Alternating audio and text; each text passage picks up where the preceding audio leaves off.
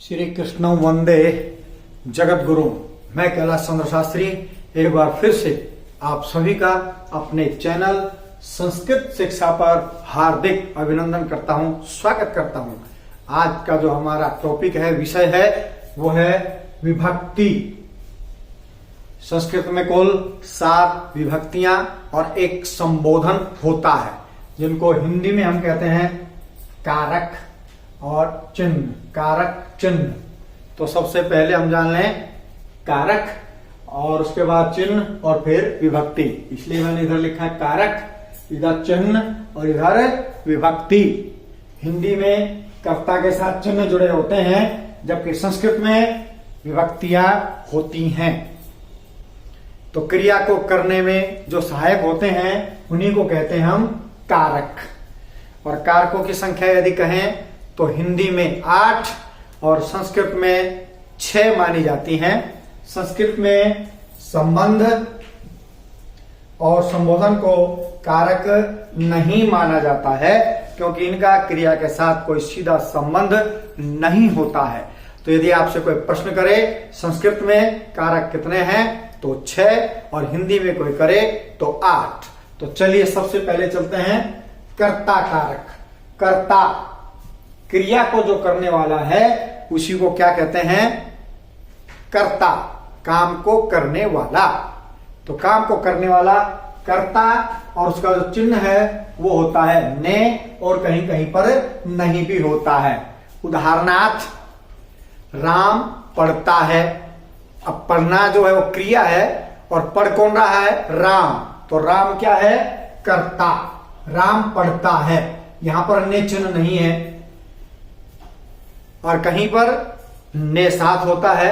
राम ने अपना काम कर लिया है, तो राम ने, यहां हमने कर्ता किससे पहचाना? ने से। वैसे सीधा सा अर्थ है वाक्य के अंदर जो भी कार्य करने वाला है, काम करने वाला है, उसी को कर्ता कहते हैं, जिसके लिए संस्कृत में प्रथमा विभक्ति का प्रयोग होता है।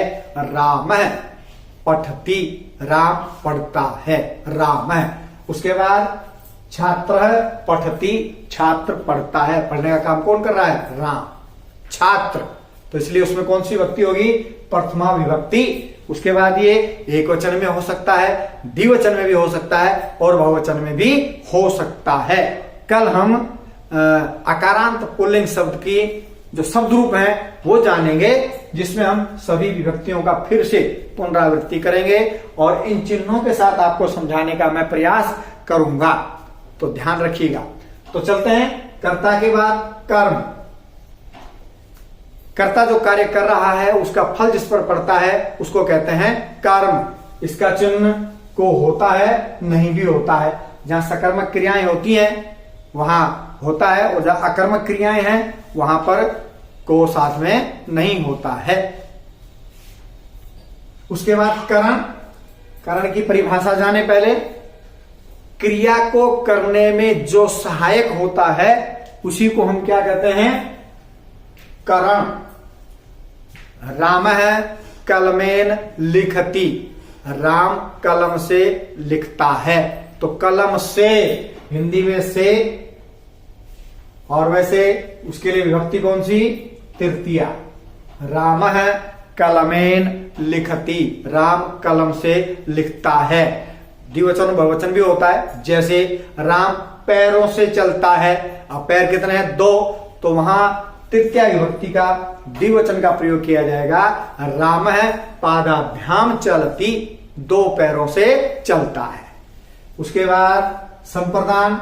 संप्रदान को भी होता है और के लिए भी होता है। को ये ऊपर कर्म का भी होता है, लेकिन यहां जो को है ये किसी को कुछ देने के लिए होता है। पिता पुत्र के लिए कार्य करता है, के लिए। चतुर्थी विभक्ति आएगी पुत्राय। और उसी प्रकार राजा निर्धनों को धन देता है, यहां पर भी एक को, तो यहां पर ये द्वितीय विभक्ति नहीं बल्कि कौन सी विभक्ति आएगी? चतुर्थी। नृप है निर्धनेभ्य धनम ददाति, राजा निर्धनों को धन देता है। तृतीया का नहीं, चतुर्थी का बहुवचन प्रयोग हुआ। तो को यहां पर किसके लिए है? दूसरों को देने के लिए चतुर्थी विभक्ति का प्रयोग किया जाएगा। उसके बाद आइए अपादान। अपादान से, यहां पर भी से है, यहां पर जो से है वो कार्य करने में सहायक होता है, जबकि यहाँ का जो से है वो पृथक, पृथक मतलब अलग होना। यदि कहीं से कुछ निकल रहा है तो जो स्थित है, जो स्थिर वस्तु है, जो रहती है, अपने स्थान से नहीं हट रही है, वहां पर पंचमी विभक्ति रहेगी। जैसे वृक्ष से पत्ता गिरता है, वृक्ष से, तो पंचमी विभक्ति का प्रयोग किया जाएगा वृक्षात पत्रम पतति। पत्ता तो गिर गया लेकिन स्थिर क्या है, वृक्ष, तो वृक्ष में कौन सी विभक्ति आएगी, पंचमी, और उसी को क्या कहते हैं, अपादान। चलिए संबंध, काके की रारे री, जिसमें षष्ठी विभक्ति का प्रयोग होता है और संस्कृत में इसको कारक नहीं माना जाता है। राम का भाई जा रहा है, रामस्य भ्राता, राम का भाई, तो राम का भाई का मतलब राम तो जा ही नहीं रहा, इसलिए राम का क्रिया के साथ कोई संबंध नहीं, भाई जा रहा है, राम का भाई जा रहा है, तो राम का, रामस्य और भ्राता में प्रथमा विभक्ति आई है, वही करता है। जाने का काम कौन कर रहा है, भ्राता, भाई, इसलिए संबंध कारक को संस्कृत में कारक नहीं माना जाता है। आगे बढ़ते हैं अगले कारक पर, अधिकरण। अधिकरण, आधारो अधिकरण, जो आधार है वही अधिकरण होता है। आधार मतलब क्रिया का आधार, क्रिया कहां पर हो रही है, जहां पर क्रिया हो रही है वही अधिकरण कारक होता है। जैसे बालक खेल के मैदान में खेल रहे हैं, खेल के मैदान में, बालका क्रीड़ा क्षेत्रे, कौन सी विभक्ति आएगी, सप्तमी। बालका क्रीड़ा क्षेत्रे क्रीडंती, खेल के मैदान में, खेल का मैदान नहीं तो खेल की क्रिया भी नहीं, क्रिया संभव नहीं है, तो क्रिया जहां पर हो रही है वो होता है अधिकरण, जिसका चिन्ह होता है में या पर, और विभक्ति आएगी सप्तमी।